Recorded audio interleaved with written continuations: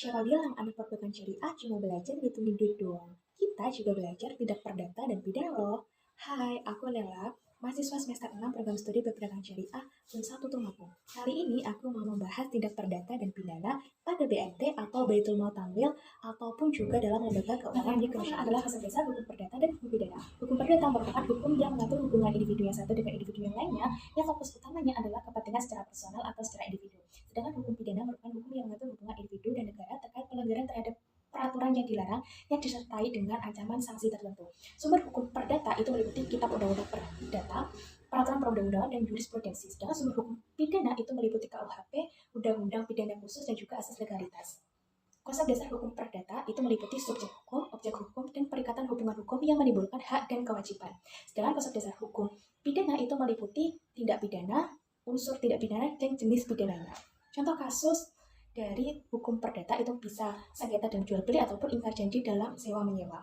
Sedangkan contoh kasus dalam hukum pidana itu bisa meliputi pencurian, penganiayaan, ataupun dengan korupsi. Sehingga perbedaan antara hukum tidak pidana dan juga hukum perdata itu meliputi 4 poin. 1. Berbeda dari segi pelaksanaannya, berbeda dari segi tafsirannya, berbeda dari segi isinya, dan juga berbeda dari segi sanksi yang diberikannya. Materi yang kedua adalah prinsip-prinsip hukum perdata dalam Islam. Sumber hukum perdata dalam Islam itu meliputi Al-Quran, hadis, ijma, qiyas, kemudian jurisprudensi ataupun kompilasi hukum Islam.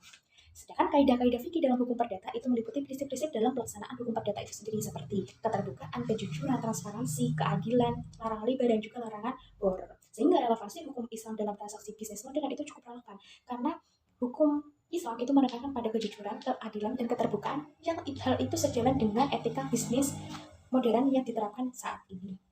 Materi yang ketiga adalah hukum leasing dan sewa menyewa.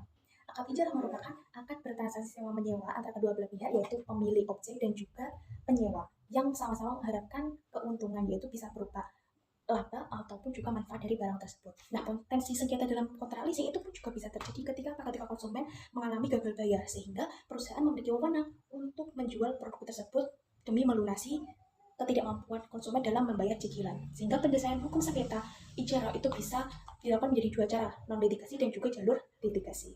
Yang keempat adalah sengketa dalam akad syirkah. Syirkah itu sendiri terbagi menjadi 5, ada syirkah al-amwal, syirkah al-a'mal, syirkah al-wujub, syirkah al-mudharabah, dan juga syirkah musyarakah.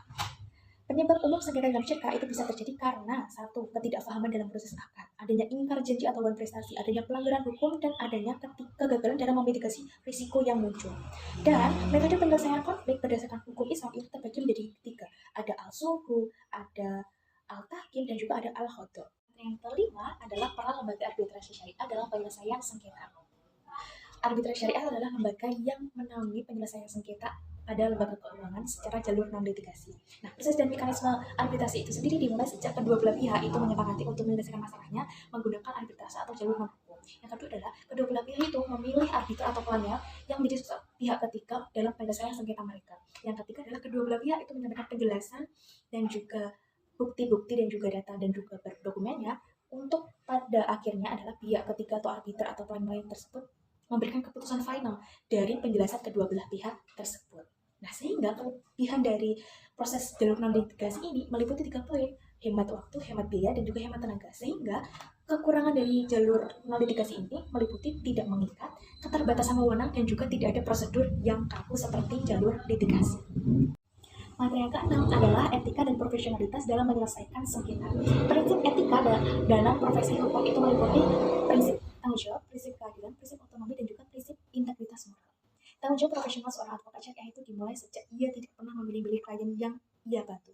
Semua klien yang menghubunginya itu wajib dibantu proses hukumnya dari awal hingga akhir tanpa memilih-milih klien. Yang selanjutnya adalah adab-adab yang perlu diperhatikan oleh para pelaku dalam proses hukum. Adab hakim dalam menyelesaikan sengketa, adab pihak yang bersengketa, adab penjelas hukum, adab dalam berbeda pendapat, dan juga adab berisik saat proses persidangan.